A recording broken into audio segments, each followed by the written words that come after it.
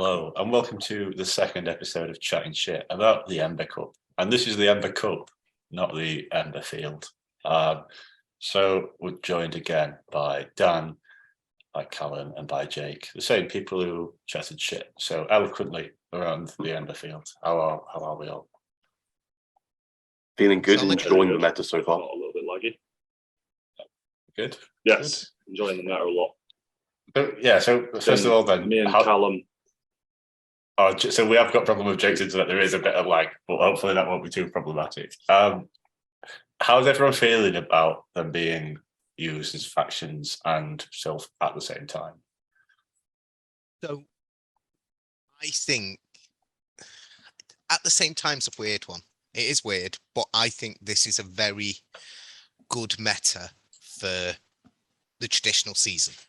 Outside of factions, I think this is quite, I don't want to say simple because I know two of the people on this call created this meta, so I might be calling them simple. No, not at all. But it's got a very traditional feel about it. It's very comfortable, and I think it's nice that a new player could pick this up and join in quite easily and not feel as overwhelmed. No disrespect to Vanguard, because I think Vanguard's actually really good. The more I've got into it, I can see the merits of it, but it's more complicated, as this is it's easy going.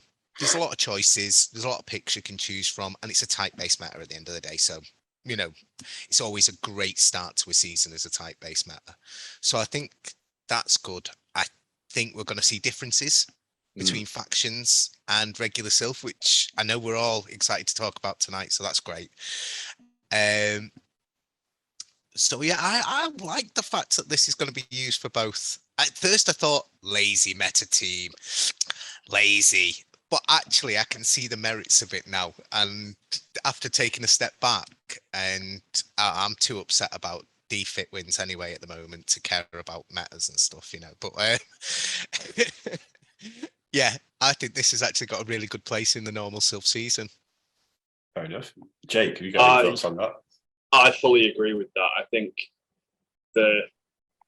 the differences between a field meta and a regular cup are big enough that you will see changes in this as opposed to the faction cycles, because there's going to be things that work well in a faction meta because you can swap about with charge moves, fast moves, and all that kind of stuff. But you can't do that in a regular cup. So people are going to have to think a bit more closely about what coverage they want for their team as opposed to what suits their opponent. And I think that's really going to make a big difference when we've already seen some of the fan favourites in the field meta already. So we've obviously seen that Polygraph and Charizard and stuff are huge in both players. And it might bring about some more interesting picks to go around them now that we know that they're going to show up a lot and that they're going to be locked into a certain set of moves. I just want to say Charizard's only big because I talked about it last time on Chatting Shit. No one would have touched it. No one would have touched it. I said it before before PV Poke or anything came out. I was like, Charizard, versatile, flying bird. Yeah. Sorry. Niantic watched the last episode of Chatting Shit and they're like, you know what, we'll buff some fighting move. We'll make Charizard better. I mean, we didn't even know Charizard was in the meta, did we? It's called the Ember meta. You thought it was going to be full of Ninetales. Come on. It's Ninetales and Sunny Castform. That was it. You literally had a mention about how you don't want to run Ember on Charizard, so yeah. I think it's worth noting, like, I knew that this was going to be used as the January meta, obviously. And so that's why I specifically went out of my way to pick Hippowdon last time we spoke about it, because in that counter teaming format, the moveset variations are crazy. But I'm going to go on record now and say I think you'd have to be absolutely nuts to run Hippowdon in a regular Sylph tournament in this cup where you can't change the moves. Coming to a handful near you. I do agree with that, but I think there is something to be said for just Thunderfang Hippowdon, because the Flyers and the Poliwrath, as I've already said, are going to be in places. Yeah. So you do want something to cover those, and that electric damage is kind of pretty useful. movesets is the key here. Last time we were talking all about versatility. I know Jake just said this. Sorry if I'm repeating you, Jake. It's fine. I don't even know if you understood it with the lag. I perfectly understood it, but then again, I just look into your eyes and know what you're thinking. That's fair. It's there's sort of another weird 9 as hand well. But yeah, so the versatility is great in factions and picking mons. So we said Polyrath, where you can swap and change between your charge moves, is great. And Charizard, similarly, where you've got the fast move coverage that you can go between things. Normal Sylph is very static, and you got to pick that team and you got to stick with it. And each round you're using the same thing, so you need to make sure your team has that coverage rather than individual mons. So maybe Hippowdon will have a place as long as the rest of the team covers it, because you're stuck with Sonderthang. Yep. Yeah, and I think the discussion we're going to have tonight, I think all 4 of the picks will comfortably deal with Thunderthang and Hippowdon. So if that's indicative of what's to come, then I don't know. I will say I played Ember in factions both week 1 and week 2. And in week 1, I got absolutely ended by a Thunderthang and Hippowdon. So I'm not. Callum and I have both been playing Ember for the last 2 weeks. Yeah, and I don't think I've had the opportunity to bring Thunderthang. I played against Greeny in week 1, and it didn't go well. Fair. Well, what was that, Dan? Owned him. That's it. Exactly. So we'll get Remind me started. the final score. All right. We'll have lessons. What was my score that week? Well, Dan, you've started. Dan, you've started to go a bit quiet, mate. Like on the voice. I don't know what's happened, but Can you there hear you me go. okay? We're back. Yeah. Yeah. Okay, so we'll get started, and we'll start with Cal this evening. Hello. So I've not prepared the Pokedex number, actually, so I'm going to be a big disappointment today. I should have probably just Googled it instead of saying that I didn't prep it. But yeah, I've exposed myself. I'm an honest man.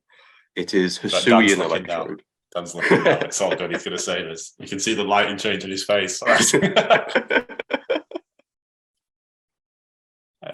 Go on. So I'm not quick enough typing. It's a really good number as well. It's number 100. Wow. Oh, sorry, 101. 101. That's good as well. A nice palindrome for us. But yeah. So most of the bug types are bad in this meta, so I can't really talk about them. Galv's good. Use Galv, but the Hisuian Electrode has a really good niche here, which is the electric and grass coverage. What I've seen when I've been looking at what teams have been quite common so far is a very distinct lack of grass, and that makes sense when Charizard is the best mon in the meta. Almost deliberately so. And yes, Hisuian Quillfish has seen play as the best safe swap. It makes sense. Great moveset versatility, decent enough stats to where it hits hard enough with its nukes and chips decently enough with its baits. It's a really good breaker for the Polyrath Charizard core, which we've been seeing. And we touched briefly in our last episode about how you don't necessarily want to be too overkill with your attack stat in this meta, because the bulk is generally lower.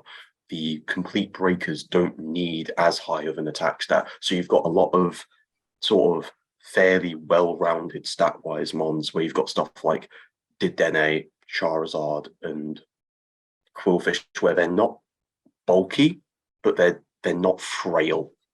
And so when you've got really hard hitting charge moves, such as the Wild Charge from Hisuian Electrode, which just, God, that move it's so bad in the main series games, but it's so good here, and especially in this meta. And it's so fast charging with the Thunder Shocks that it's just a very good mon for deciding the tempo of the game. I haven't had a chance to use it yet, but I'm going to be exploring it in the future, and I'm going to be interested in seeing how its usage may increase in the coming weeks, because I think it's just such a good core breaker. It does struggle with the Hisuian Quillfish, which you're going to see on almost every team. And it does struggle against the grass, but the grass is a very, very limited place in this meta. And energy ball hits so hard as well. I think that's sort of a move which has lost a bit of the limelight since better grass moves have come to light. But no, I really like Hisuian Electrode, and I'm very excited to see how it develops in this meta. So, any thoughts on why it's terrible or why it's good? So my teammate Aero has been running Electivire, yeah, which plays kind of similarly, and he's won. He went 3-0 this week, and he went 2-1 last week, having the losing game was a rematch of a game that he won. So like he's got this meta nails pretty quickly, and he's loving Electivire. So if it plays at all similarly to Electivire, I'm all on board, because like, is it 5 Thunder Shocks to a Wild Charge? And we know there's not much bulk here, as you said. Like 5 then 4. 5 then 4. 5 and 4. Yeah. Bloody hell! I'm almost certain it is. No, it is. It's 5. It's 5 and 4. Yeah. I've got one built and I've used it quite a few times. Is it? I'm sure it's 5 and 5. It's 45. 5. Yeah, it's 5 and 5. Is it 5-5-4? Yeah, no. I'm sure it's just 5 because it's 9 energy. Sure? Yeah, it's 9 energy. Shock is 9 energy. Wild Charge is 45. I feel like it doesn't feel like it when you play it. I will admit. I used that a lot in Hisui Cup, and it was insane. One thing that might be throwing you a little bit is sparks for Wild Charge. I think Spark is 6-5. Right. Potentially. But yeah, so it's 5-5, which is just busted, because when you consider things don't get much faster than that. Like no. Charizard can get to a Dragonclaw in that non-stab. Quillfish can get to an Aquatail in that non-stab. Like, and a Wild Charge is going to hit harder than both of those. Yeah, Trev can get to Seed Bomb, I think. I'm like, who's using Trev? Well, there you go. But it's not a Wild Charge, that's for sure. Yeah, Seed Bomb is not Wild Charge. I mean, Wild Charge, as you've just said, is busted. We've all done back-to-backs, and you're making that person make a decision. You're making your opponent make a decision, especially if you run it as a lead, because nothing, even grounds don't want to take a Wild Charge because it just hurts like a slap in the face. So... Sorry to put my hand up like I'm still a student, but it's just, I didn't want to interrupt. Because you are a student, let's face it. It's not... The main thing that inspires me to say Hisuian Electrode here over something like Electivire is also, despite Electivire's incredibly high attack stat, Ice Punch is a very weak move and it's non-stab. Energy Ball has the same coverage, which is that it hits the ground super effective, except it's actually a nuke and it's actually stab. So despite Elexifire's high attack stat, it's going to hit a lot harder. And that's why I'm more drawn to this if I would use it. I think I would use this over Electivire for now. Obviously, Electivire is less weak to stuff like the fire that's very prevalent in the meta, and it's less weak to the poison. But I feel like it's actually got more of a place. So what's the bulk like between Electivire? Because I know they're both fairly glassy. I mean, I've always considered Electivire being pretty Electivire is sort of like it's kind of Haunter-ish. Like, I believe the Hisuian Electrode's more kind of a Frostlass level. Yeah. Like Hisuian Electrode sort of fits in with most things in this meta. It's like Charizard level, Quillfish level, Trev level. So to put them into perspective, Electrode has 130 defense and Electivire has 98. There you go. Yeah. Similar stamina stats as well, so similar health.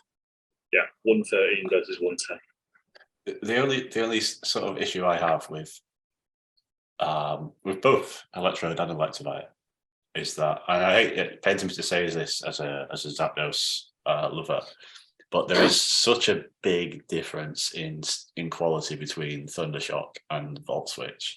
Like, if I'm using an electric type, I really want to be using a Volt Switch user because of those farm downs and the extra energy you can get. Like, and I wonder, is something like Ampharos, which has, now I know it's not super effective coverage necessarily with Brutal Swing, but it's good versus Trev. It's good versus Runarigas.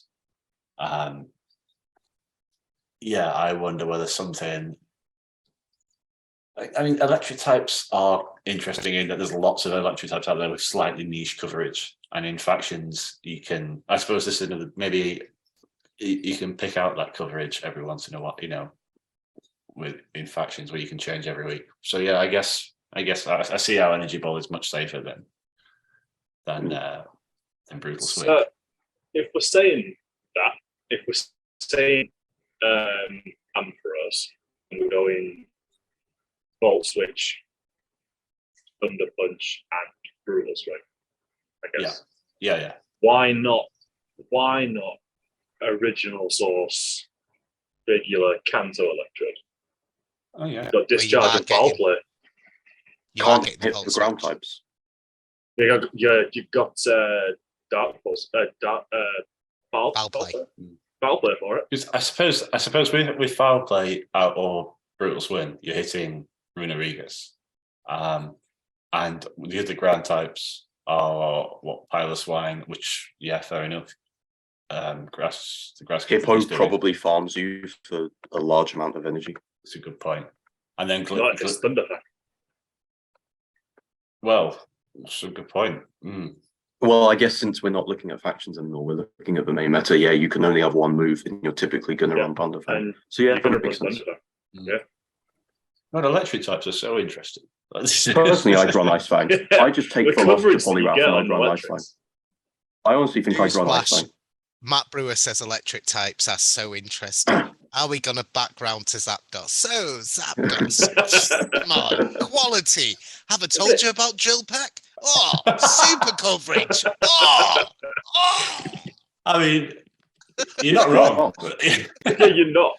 Like, you look through the list of electric types and the coverage on them all is ridiculous. Like, I'll just go down the 5 because I can't do that. Zapdos, Raikou, Electivire, Galvantula, Zebstrika.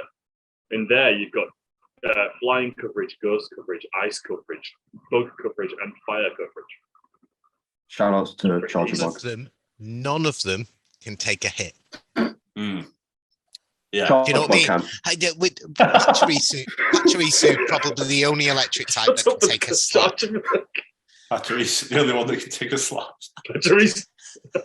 Pachirisu's literally. Yeah. But you are right. There is that, there is a coverage to be said there. I like the dual typing of Hisuian Electrode, though. I do think it's got a nice little place there that everything you're throwing at people is a stab move. So you are getting that sort of extra force behind it, if you'd like. Yeah. You know what? It's interesting. I think because of the Charizard Poliwrath, I think having an electric type might become pretty important. And I know your Hisuian Electrode is the only grass type that we're going to discuss tonight.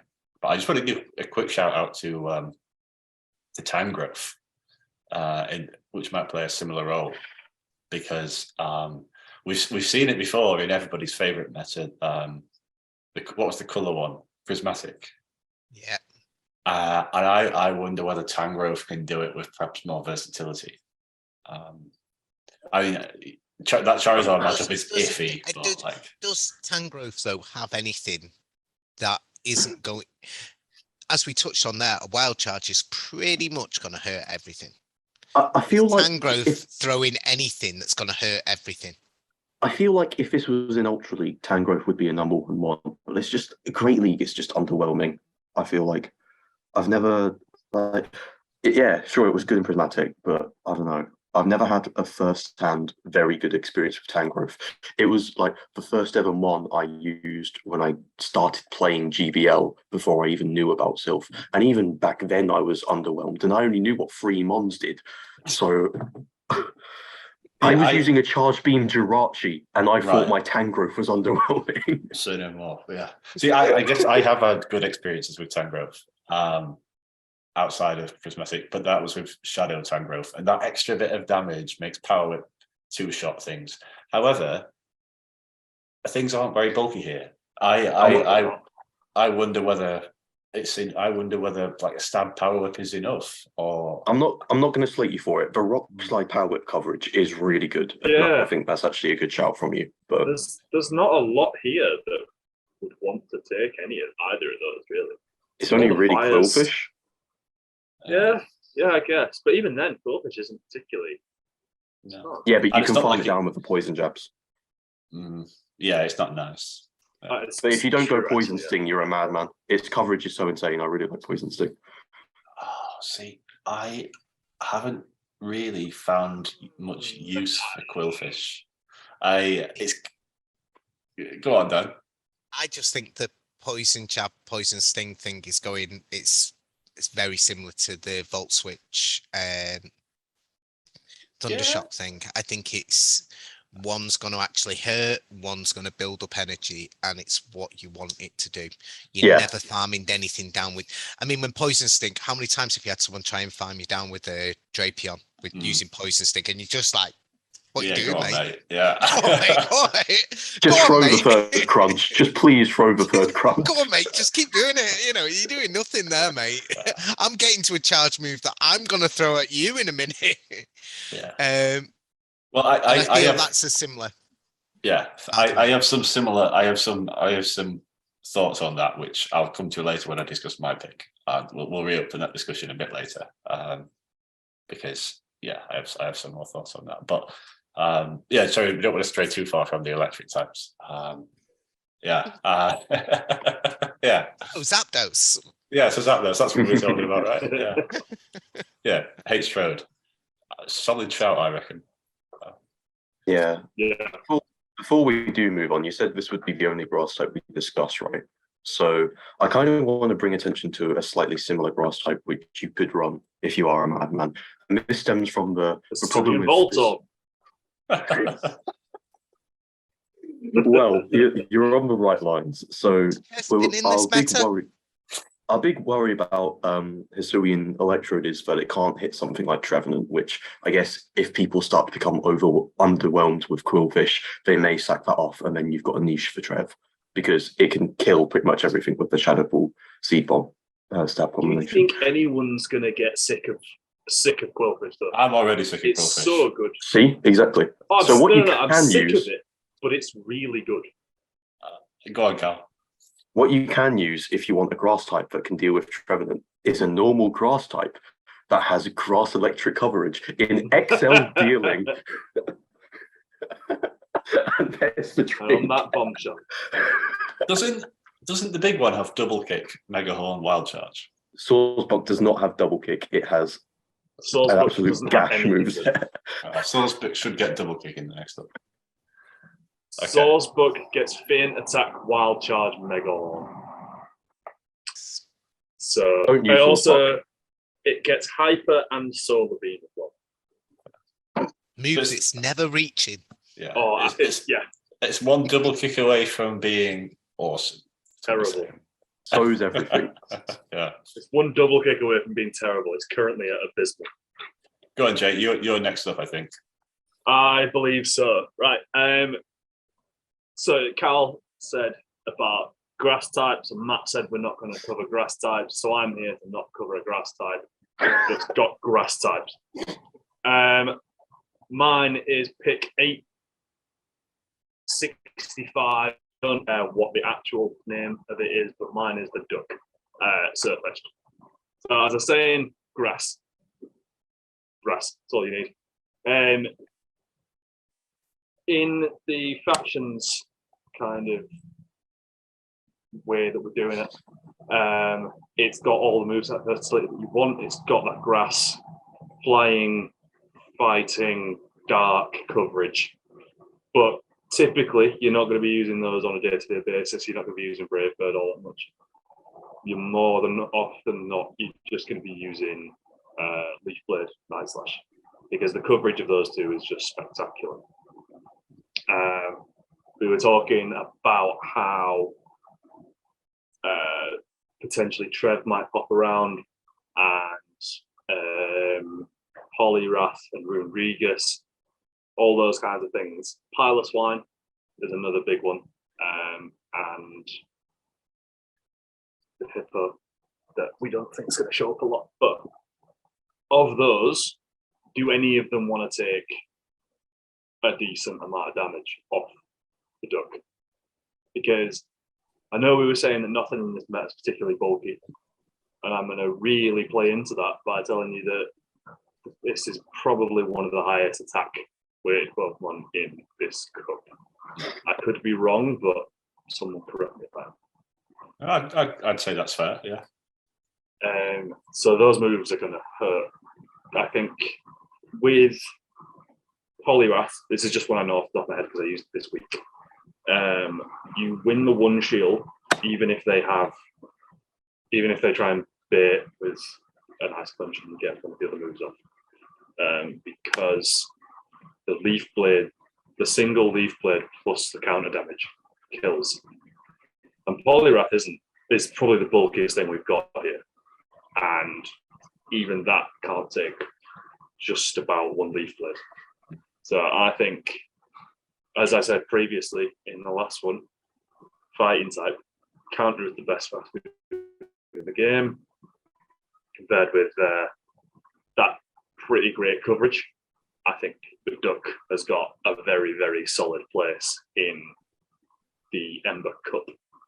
I think, I don't know whether Cal will agree with me here, but when we were making this meta pre-wing attack buff, we were thinking that I certainly was thinking that triple fighter teams might be good, because the difference in coverage between Surfetch and Primeape, obviously Poliwrath's a different beast completely, but being able to pick out whether you wanted the grass coverage and the Night Slash on Surfetch, and then that allowed you to have something like Ice Punch Cross Chop or Ice Punch Close Combat on Primeape.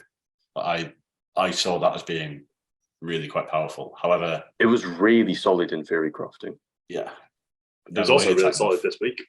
Yeah, yeah. So I brought both of those this week. I can't actually remember if I brought Poliwrath as well. Carl, did I bring Poliwrath? Don't remember. I'll check for you in a minute. So carry on your explanation. So you were saying about close combat on Primeape, and I was the madman who Elite TM'd Cross Chop onto my Primeape this week. Didn't use it once.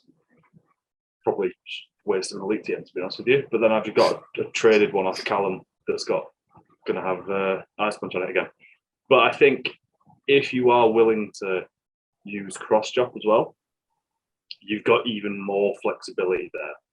Agreed. Because then you've got Cross Chop, which is going to hit hard, hit it with stab, and you're going to. Didn't have Poliwrath, by the way.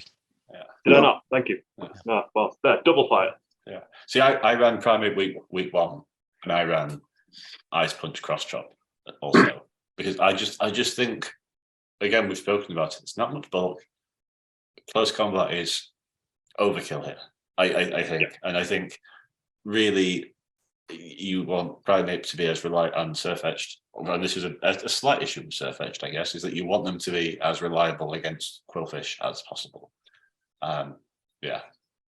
Go on, Cal. Something insane about Surfetched. It's so attack weighted that a Leaf Blade does about a third to Quillfish. I can believe that. Yeah, I can believe that. Yeah. Absolutely nutty. Leaf Blade, we talked about it last time, is absolutely busted. It's probably one of the best moves in the game, really, if you think about what it does. Yeah. So we've got Counter and Leaf Blade, two of the best moves in the game. I think I'm happy to say that might be one of the best move combos on a mon you can have. Yeah. And again, 5 fast moves to it. It's this theme, right? It's everything's fast. Everything's really fast. And that's the same with Night Slash as well. So even if you come up against a Charizard, right, and Leaf Blade really is going to tickle despite it being really attack weighted, but Night Slash is going to do a nice jump there. So you get a boost, and then you shield, and then you're like, and you're off, aren't you? You're off. Go. Yeah. I just wonder. So, we'll talk about this a bit. I just wonder whether the wing attack now with the increased speed makes Gligar, Gliscor, and Charizard's so much better. But I just wonder how difficult it is to use in practice. I actually found the best use for it was to do. Doesn't matter. Was to do double fighter. Right. So I ran both of them, Primate and Surfetch, on the same team, and used Primate to draw out any counters to that because I could still hit stuff with it. I actually farmed down a Charizard, which was crazy. Yeah. No, I think that's fair. But I guess I think double, even triple flyer might be common here, or double flyer plus something like Trev or Runerigas. I think could really stop that now. I think double fly is going to be pretty big here, to be honest. I just can see it. Yeah, you know what's going to come. You're already seeing it in factions already. I know we're trying to say about going away from that and sticking with more mono moves and things because, well, not mono moves, but more static moves rather than versatility. But there's so much flying here that's good. I do agree, but I think there's going to be, you're going to have your flyers, you're going to have your anti-flyers, and then anti-flyers. And I think you're going to have to fill that third niche with something to counter the anti-flyers that are going to pop up because of how many flyers have popped up. And I think the counter users are going to be useful for that because you're going to have the odd person who runs a hippo to counter the flyers. Yeah. And then you've got this leaf blade that's going to come along and just decimate it. No, yeah, I think it's a legit pick. Yeah, yeah, I really like it. Yeah, I just wouldn't go double fighting anymore. That's what I'm trying to get. Yeah. Or maybe I do it with Polyrath. Maybe I do it with Polyrath, but I certainly wouldn't do it with Primate. So one leaf blade to a hippo does 65%. Yeah. Oh, yeah. So imagine you get the boost on that. Yeah, if you come out with a nice previous, yeah. That's probably as much Jesus. as the trophies. So one leaf, after the boost, one leaf blade does 97% to a hippo. So we were talking about Pokedex number 865, weren't we? Sorry. Yes. Yeah, the wild duck Pokemon. The wild duck Pokemon, yes. Boosts on a Night Slash. Boost on a Night Slash. 97% to a hippo, which is pretty fucking spectacular. Hippo is not fragile. Hippo's not at all fragile. Hippo is not fragile. It's got 45 more HP than a Surfetch. Yeah. There you go. Yeah. And nothing from the hippos hurting the Surfetch because them Thunder Shocks and Thunder Thanks, sorry, are gonna do. Yeah, I mean body slam chips everything, right? But yeah, body slam's gonna work, but I don't think you get. But then can you necessarily run body slam in a meta that you might get stuck up against the Runerigas? Although if you're running Thunder Fang as your charge move, that's your fast move, kind of done it. If you're running Thunder Fang as your fast move and you're going up against the Runerigas, I think at that point you just leave. Yeah. You put your phone down and you leave. You get your coat, you call that taxi. Yeah, we'll start again in Timbuktu and it'll be fine over there. And that's why you run Ice Fang. Yeah, yeah. Let's do it. Yeah. Bring all those polyraths to me and you run your Ice Fang. All right. Yeah. Well, Dan, let's move on to your mon then, Dan. It's time I'm chatting shit. You've gone. Yeah, you've gone. You were muted. You're back now. You're back now. We missed the prelude. Last time on chatting shit, I was all about move versatility, being able to change. I know everyone's using wing attack, but being able to change should you need to. And how great Charizard is, and it's the best Pokemon, and look at it, it's just fucking glorious. But today I'm going to talk about another flyer, because flyers are great, because wing attack, mate, it's brilliant. It's Pokedex 207, and it's the Fly Scorpion Pokemon. That is Gligar, or Gligar, if you are so inclined to not say the proper pronunciation. It's degenerate. So, Matt, what do you call it? What do I call Gligar? I call it Gligar. No, I don't.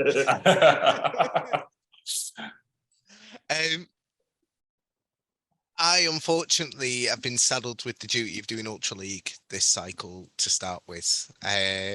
After seeing some of my teammates' impressive Ultra League stats, I'm going to try and swap with them to get to do some of the field matters because I do enjoy them greatly. But I've had a look around, and the one common theme that seems to be on, got to be 90% of teams from the top to the bottom, is Gligar. And there's a reason for that. It doesn't have, you could say it's got new versatility. You could run dig. You could be a dickhead. But hey, we'll not have words said about Fury Cutter Gligar. We will in this meta. We will in this We meta. will. You're running wing attack, night slash, and return. And with the wing attack bust, return has actually become really quite accessible and quite reachable, really, because you're actually getting there. Are you aware of what this thing does in the numbers? In the actual one shields? Too much. Just on the one shields on its own, 75% of the meta. Just on its own. One wing attack, 82. 2 wing attacks, 85. 3 wing attacks, you're up to 89%. And 4 wing attacks, you're up to 92% of the condensed meta. That's only 2 the things condensed meta. Well, as I said, the condensed, so you're not including every single stupid Pokemon that's out there. But that's even more impressive because the condensed meta is normally good. Like that's 2 Pokemon that beat you. 2 Pokemon, and that's it. So yes, you are talking 4 wing attacks, but you got Piloswine and the Hippo, and that's it. That's beating you. It's actually just destroying everything else in the one shields. In the 2 shields, it's 96% just on its own. In the 2 shields condensed meta, zeros does fuck all, 17%. You're just losing. But 2s and 1s is actually a beast. This is going to feature on every single team across the board, and especially in the world of non-moveset versatility, where you could argue in factions maybe Gliscor could be deemed as better because you've got a little bit more movement. Here in normal Sylph, you don't. You want that kind of like static movement. You want to say, right, this is the box that Pokemon's going to fill. It's going to hit Munagrigus. It's going to hit everything neutrally with return. And anything that's grassy or anything is going to be wing attacks down. And I'm going to get to my moves quite quickly. So, yeah, I think this is a definite shout. I think it will be big. It will be huge. And it will be on every team. To be honest, I think it'll probably feature more than Charizard. Bold words, but no, I think agree. That's a bold call. I think in static Sylph, it's gonna feature more because I think it's got it's certainly safer. Yeah, I mean, Dragon Claw. What's Dragon Claw really hurting here? Yeah, you know, you're looking for them blast burns, and your Dragon Claws are going to be your baits. Yeah. Here, if you're going to bait with a Night Slash, you're at least getting a chance of a boost. And we've all talked about boosts. If you get a boost early game, why not double shield? 96% of the meta. Yeah, it's nuts. Jake, I want to ask you because I know you're with me on this. I haven't run Gligar in the first couple of weeks. I've run Gliscor in the first couple of weeks. And you, when we discussed this, had more to say about it than I did. I can't remember why. Oh, okay. Basically, the extra power is useful. I can't recall what exactly it's useful for, but the extra power is useful. Are you referring to being able to hit an earthquake? No, I'm referring to having Night Slashes which do slightly more damage. Because it's very, very difficult to like the extra bulk on Gligar is nice typically. But when you think back to something like Forged Cup where Gligar was insane and it was infinitely better. Yourself from saying Gligar, can you? I'm not even trying to. I'm not even trying to. But it was infinitely better than Gliscor because of the extra bulk. Whereas here, there is so little fast move damage versus that pressures Gligar and Gliscor. Unless you're looking at Hippowdon and Pilot Swine. Like, you don't necessarily need the pull because charge moves are going to kill things anyway. Like realistically, it's not like a Blast Burns one-shot in Gligar, but it's not one-shot in Gliscor either. Same with a Skull or an Ice Punch, I think, from Polygraph. So like, I wonder whether the reference of Blast Burn does 60%. Okay, and it probably does about 70-75% to my score. Like, so it's in the ballpark. But yeah, I would agree completely. Like, it's just a personal preference thing for me. But I just don't think I'm ever clicking return here because when Night Slash is resisted, it's by fighting type. Okay. I see looks. Yeah. Go on, Cal. We'll go to Cal. Cal's not said much yet. It's just Dark Normal is insane coverage. When you think, I don't think I'd say I'm never clicking return here because what we have to remember is people will look at Gligar and they'll be like, oh, is that enough for return? But then in the back of their mind, they're thinking, there's Charizard in the back. I need shields for Charizard because what's the one thing you need to shield in this meta? It's a Blast Burn because it's just insane damage. And Polygraph Scald has really, really good like hard-hitting potential in this meta. So I always find myself saving shields for Polygraph's Scald and Charizard's Blast Burn. And yeah, you may say those mons have like baits as well, so you don't necessarily need your shields of them because they might go Ice Punch or they might go Dragon Claw. But I don't know. I don't think I'd say I'm never throwing return here. I think you run Gligar because you want the return. Yeah, fishing for Night Slash boosts. It's always funny when you get the boost and then you win. But no, I think return hits so hard. It hits so hard. That's why. And if they shield it, they don't have a shield for Blast Burn. Yeah. Double flyer. Yeah. No, it's so my thing was going to be that you say you're never clicking return. But how much does an Ice Punch from Polygraph do to a Gligar? Because it's like 65-70%. It's not as much as you'd want it to be. That's for sure. Think you're going to see much Ice Punch? Do you not think you're still going to see the Dynamic Punch? No, I think in a fixed manner, I think you need that Ice Punch. I would agree. Because as you have very pertinently said, that this is going to be everywhere. Gligar already has been everywhere, and it's going to be even more prevalent now, I think. So you're going to need that coverage of Ice Punch. And that, I agree. For me, it's the extra speed rather than the coverage for Skull. But go on, Carl. I disagree. Yeah, I was going to say maybe the speed, but I disagree for coverage because, Jake, from testing, we know how much a stab Scald does to a Gligar. It's still a 2-hit KO, and you get the chance for a debuff. And that might make the difference between shielding and no shielding a return, knowing you might live or knowing you won't. And it's risky to return. Like, you're going to click it, but it's risky. And I don't know, it's a very dynamic matchup back and forth.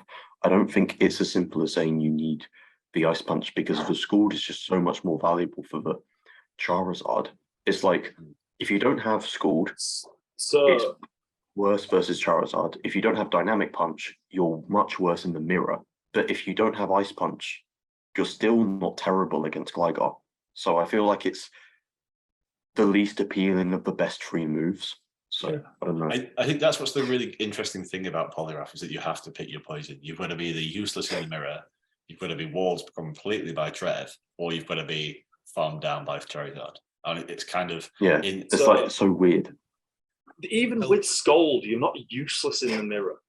Because if you get a debuff on that first Scald, or if you make them, if it's their first matchup and you've got poly on poly, and you get the Scald energy, they're wondering whether it's going to be Scald or Dynamic Punch. Say for some reason the the double weak to poly in the back. Hmm. They're going to shield. You're going to get shields on, and if you get a debuff on that, then there's always the chance that you can flip that matchup, because that dynamic punch after a debuff is not going to be hurting the same way. I don't know. I'm not sold. You were going to say something, Dan. Oh, has he gone? No, sorry, it's the whole, sorry, we're on Polygraph and I'm like, do you really, we felt it was so good for factions because of its versatility and because you can do different things. As Matt just said, you've got to pick your poison. Do you think with the return to normal Sylph, proper Sylph, you're going to see that? Do you think people are going to, yes. Do you think they're going to take the chance? Do you think people are going to get smart and go, no, actually? I will. I'm good. Okay, just posing the question. I will try and come up. I will try and come up with a team where I will find 3 things, one of which is completely walled by Trev, one of which is completely walled by Charizard. Well, I'll find 2 things which are walled by 2 of Trev, Charizard, and Polygraph, and I'll pick whichever Polygraph moveset is walled by the other sort of thing. So then, unless my opponent has all 3, in which case I'm lacking somewhere else, most likely, I'll do it that way. That's what I think. But that's only because I think I'm not going to pick Willfish. So, yeah. I also think there's going to be a certain element of the same thing we see every month in Sylph Cups, that monkey see, monkey do, where people will look to the factions meta to see what people have been running, to see what's good. And then there'll be a certain element and a certain kind of player who looks at that and says, oh, cool, these are the good things that I should be picking. Isn't that just how you team build, Jake? Oh, I don't even fake it. I just take teams from the other players. What's Stowe used? Bingo.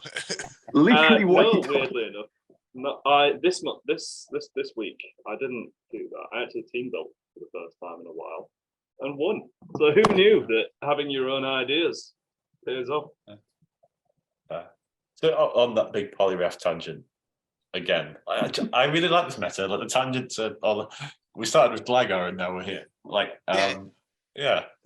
Oh, Gligar, the thing is with Gligar is, and I think we're all pretty much in agreement, there isn't huge amounts to talk about it, to be honest. It's does what it says it's going to do. You can compare it with Gliscor and say, right, well, these are the differences. I want that ground coverage. I've never hit in the return.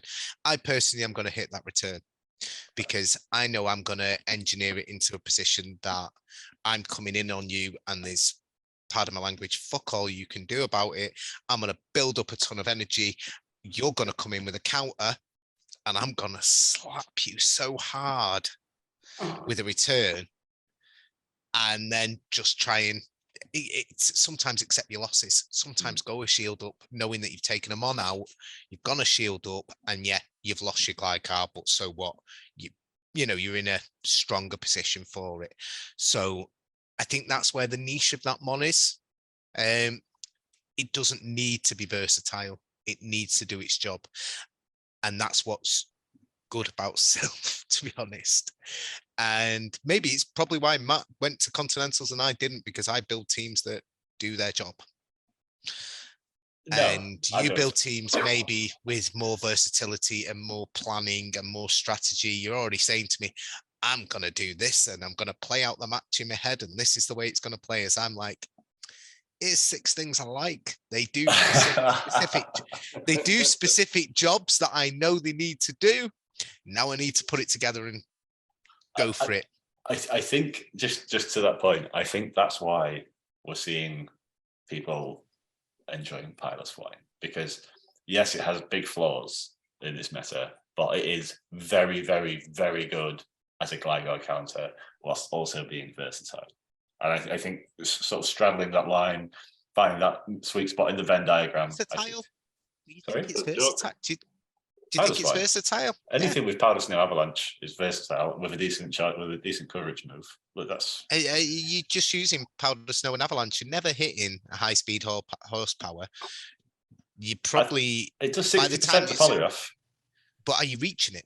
We'll come on to it. Like you've just given me the scenario you've just described of, well, Matt does this and then he's got this strategy. Yes, I will. Like you've nailed it on there. I hate Pilotwine so much. I'll tell the viewers, I was originally going to pick Pilotwine so I could just insult it for 10 minutes. But I just think anything which is walled by Polygraph is bad. Pilotwine is not walled by Polygraph. Not walled by Polygraph. Pilotwine You're not getting to high horsepower. You're not getting high speed horsepower, but do you need to? You want it to do its job. No, you want it to do its job. You just want it to throw avalanches and you want it to beat Gligar. You don't need it to be all singing and all dancing. It doesn't need to be everything to. Right. It's not. It's totally different to the Hippo. It's fucking massive different to the Hippo. Yeah. Hugely. Yeah, it's squishier. It has less versatility. What the fuck is a Hippo gonna do to Trev? Hey, what's it gonna do? It's gonna stand there and cry. Ice Fang. Ice Fang. See, Are you running Thunderfang? You're running Ice Fang in regular self. You're running Ice Fang. If someone sees a Hippo on my team, it's running Ice Fang. I'm just telling everyone right now. Yeah. I will give that information away for free. Yeah. Right. I'm going to choose to move on here. I'm going to choose to move on here and vindicate Dan. So my pick is number. I'm just going to go on. One last thing. Go on. So the high horsepower, it does 57% of Polygraph. Yeah. Yeah. And that's a sizable chunk of damage. It is. Yeah. But you could then use that. You're not shielding Polygraph. You're not shielding that, are you? No. So you've got a good chunk of damage off in a very bad matchup. I think as things go, it could be a lot worse. Yeah. Is that your point? Right. I'm gonna build on this. I'm gonna build on this. And I'm gonna show you how it works. Dan. I love you, Dan. I'm gonna show you exactly how it works. So my pick is the best Piloswine partner in this cup, and that is Pokedex number 867, Runerigus. Great mon. It's the Pokemon that you all said was shit on the last one when I was like, Runerigus is going to be really big here, and and you're all like, no, it's going to be shit. Because it has the. Has it been? I've used it one time out of two, and it was my MVP the time I used it. It is awesome. So this cup is speed, and there's not. We've said like, what's the Dragonclaw from Charizard doing? What's an Aquatail doing from Quillfish? It's not a cup where you necessarily want to shield every move. So you can quite often find yourself in the last matchup, and it's still a 2 shield each way matchup. And at that point, it doesn't matter that Sandtomb's a really bad move because your opponent has to shield it. So all of a sudden, the 2 shield scenarios can become relevant. The reason I thought it was going to be bad, or one of the main reasons I thought it was going to be bad when we last spoke, or certainly since the buff to Wing Attack, was that Gligar and Gliscor are going to be everywhere, and they're going to be pretty strong counters to it. You actually beat Gligar in the zeros with Trev, with Runerigus, sorry. You throw a Sandtoon, you go up to the Shadow Ball and you throw a Sandtoon. And they may shield, and if they shield, amazing. But if they don't, you then get to a Shadow Ball. You just about get to the Shadow Ball before they kill you after 2 Night Slashes. And you get the Shadow Ball and the Shadow Ball kills. However, in that situation, they're probably shielding the Shadow Ball at the second time. So you've got a shield. So then you bring in your Piloswine down. You farm that Gligar all the way down. You come out with 64 energy. You smack the incoming Poliwrath with a high horsepower, which they don't shield, for 60% damage or whatever it is. Then before they get, you can shield. So then you farm back up with your Power Snailers. Before you shield their first move, before they drop their second move, you drop an Avalanche to kill them, or get the other shield. And because you're shield up at this point, so you can afford to be a bit aggressive with the farming. Advantageous with your movements. Yeah. You then either take the second shield from the Polyrath, or you kill the Polyrath, and you're still left with 30% health and almost like two fast moves away from your avalanche, and their avalanche resistance gone. So it's a Trev is a great way of drawing out Gligar. Yeah, Runerigus is a great way of drawing out Gligar and either killing it, which is awesome, or taking a shield off it, which is awesome, as long as you've got a way of taking advantage of that, which I think which makes Piloswine a great partner for it. I don't necessarily think that's the only reason why Trev is good. I think, like I say, there's so Rodriguez, not Trev. Yeah, I don't like Trev. And I get a little sign, and every time you say Trev, there's a Rodriguez. Yeah. I think Rodriguez, it's kind of got that Charizard feel about it here, where it's Blast Burn hurts, Shadow Ball hurts, and we all know that. Yeah, we all know that it has a bait, which you really don't want to be shielding. But do you want to take that risk? And with Rune, it's kind of it has the added benefit of it being, even if they don't shield it, you've debuffed them, and it's made the farm down for your next thing much easier.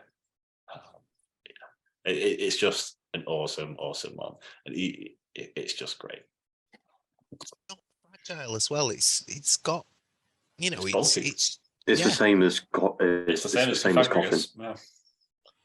So you're going to take a hit, even when it hits. As you said, you're taking 2 Night Slashes before going down. It's got a certain amount of strength to it. I know last time you ripped me apart, all of you, for saying that, Santomb is absolutely horrid. But is it any worse really than Dragonclaw here? No. And that's what I've discovered. I don't think it is. Probably is a little bit worse, but you're getting the debuffs, which balance it out maybe. Yeah. And I think here it's better. I think here it's better. And Shadow Ball. It's, again, it's up there with one of the top charge moves in the game. And because of flying being what it is now, it ground safe. It's got that safety in it. So I said it last time, I thought Runerigus was a good pick. I could see a lot of it. And again, in normal Sylph, where move versatility is less of a thing and more role defined playing is stronger, it's got its place. As you said, Piloswine, though, going next to it, if you've got a definite strategy and plan, that'll work in at least one game. You may be buggered in the next 2 because they've got your plan and they're like, yeah, I know what you're doing, Sunshine. Not doing that again. Right. Okay. So on that note, let's say game 1, you switch it. You do what I suggested. You switch in Gligar. You switch your Runerigus. No, your Runerigus to draw out the Gligar to take advantage with Piloswine. So if what you're saying is that the opponent isn't going to fall for that again in game 2, then what you're saying is the opponent isn't going to switch Gligar into Runerigus. Yeah. Which there was an old woman who swallowed a fly. I don't know why she swallowed a fly.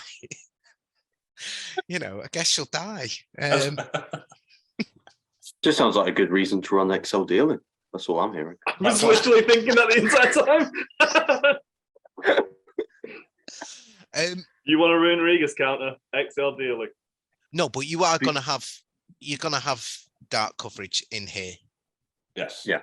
You're gonna look for that. You're gonna have to look for that. Because I know you don't think Trevenant's good, but I think the grass coverage, again, people are gonna want coverage with their Pokemon. For all they've not got moveset coverage, they're gonna want versatility within the mons themselves, as in the typings. Yeah. So that's why ground flying with Gligar is very good. Ground Ghost is very good. So you could find that people are going to want to run other different combinations of that. So But when you look at that dark coverage, so I found myself this week where my opponent had a Malamar. And we all know Malamar is a complete bastard. Like in the hand of a really skilled player, Malamar is a complete bastard. And with just like a couple of Shadow Claw leads, that is fine because you don't.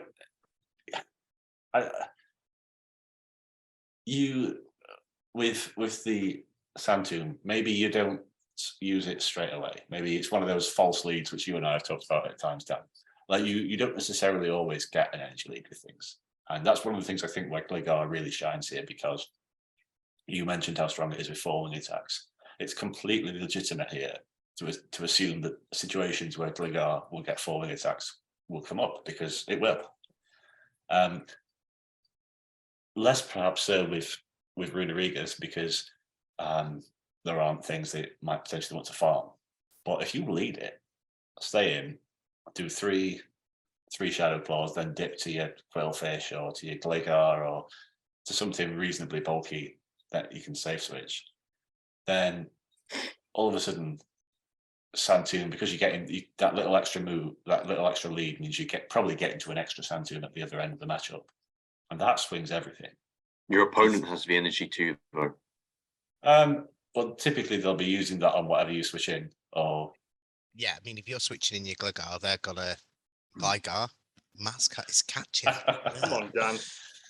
Matt's, you're a better man than this, Dan. Come on. Yeah, I am a better man than that. No, but they're gonna use that energy on that because that's possibly one of the most bulky things on your team, and you want that to go down. So if he's doing a few Shadow Claws there with it, and he's against a Poliwrath, and then he decides to switch out into his Gligar because he knows he wants you to draw something else out.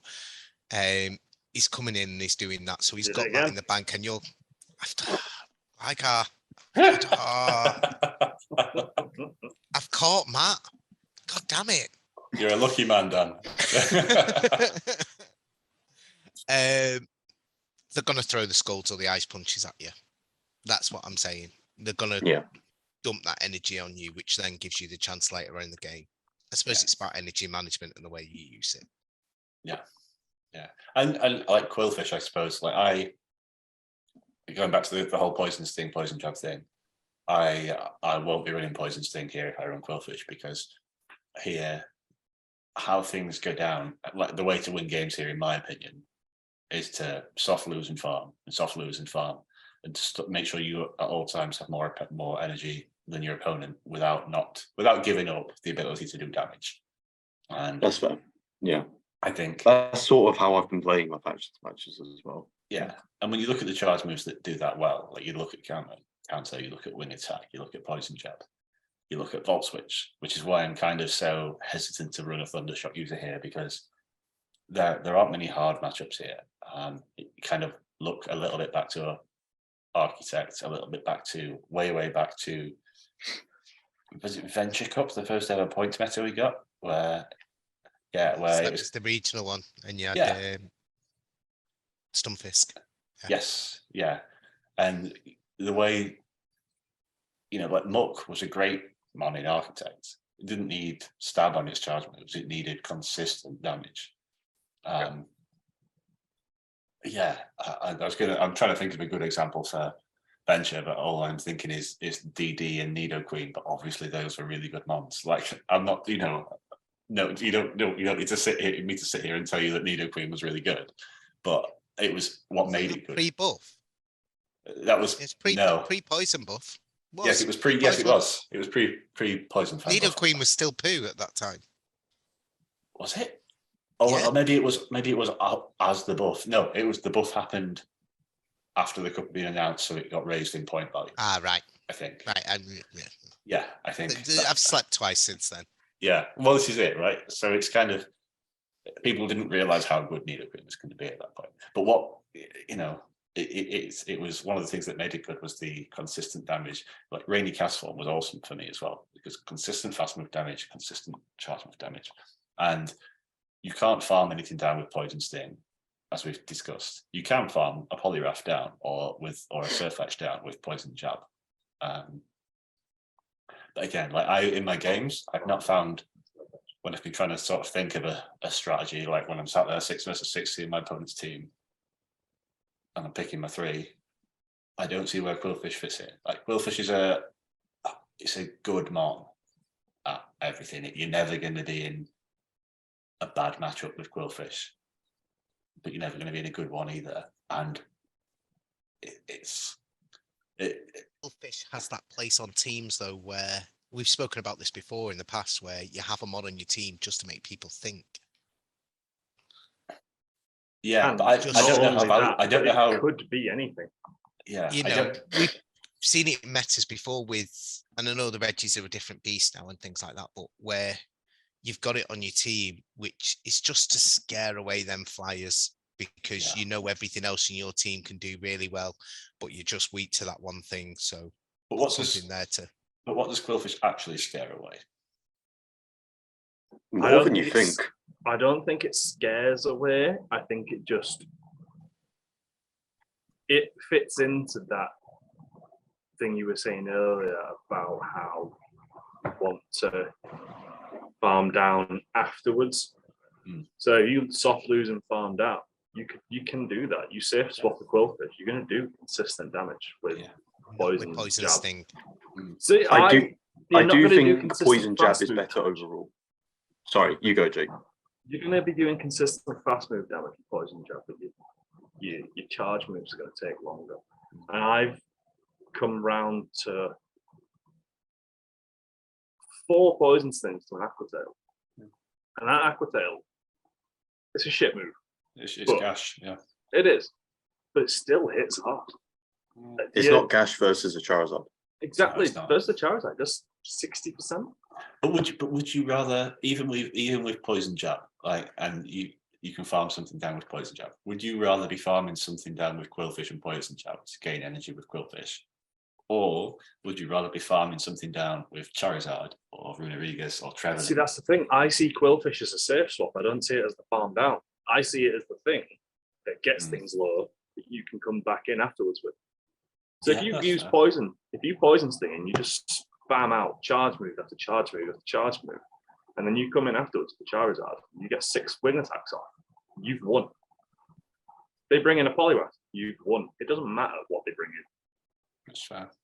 It's in this unique position. Yeah. Oops, sorry. No, that was my point. I was just going to say, it's in this unique position where it can 1v1 almost every Pokemon in the meta. Yeah. But you don't want to. You don't actually want to beat anything with Quillfish because you come out so low that your opponent's going to get you 3 wing attacks and then you're going to lose. That's all well and said, unless it's the last one versus the last one, which is what happened to me 2 games in a row for my factions match. Like, likewise. Yeah, I don't know. But that only works in, you don't want that in, I don't know. Yeah, I just don't see that as being Runerigus. Yeah, that's Runerigus' strength. Yeah. Let's get back on track. Runerigus is good. I mean, there's only 2 minutes left. So,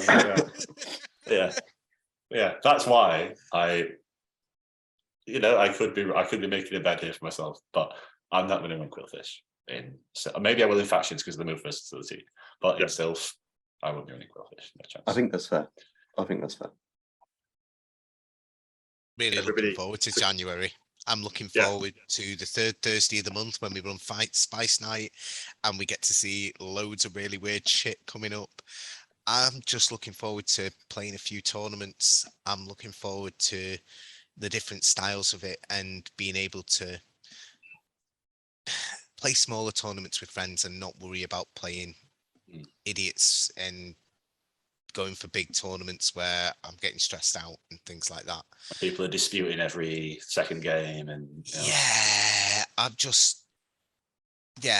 think the dispute thing is going to be worse. Sorry, still saying it's going to be worse. That's my opinion, but I am looking forward to just playing with friends. So maybe the dispute thing won't affect me because I'm going to play with smaller groups and I've missed Sylph. I'm going to dispute everything. Only versus Dan, though. Only versus Dan. Only versus me for the hell of it. I got. Yeah. Okay. Cool. Dan got fast moves off, and I didn't want him to. Yeah. So, Yeah. Dispute. That sounds like. Yeah. If they don't have internet connection in Scotland, dispute. Dan shouldn't be able to play. That's Beef it with. definitely. Definitely. Yeah. Dub. So, but yeah, I'm really looking forward to it being back. So cool.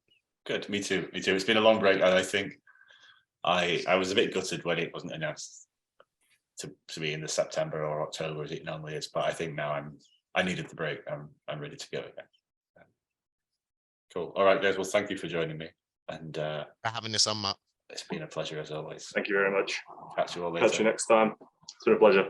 Bye. Bye.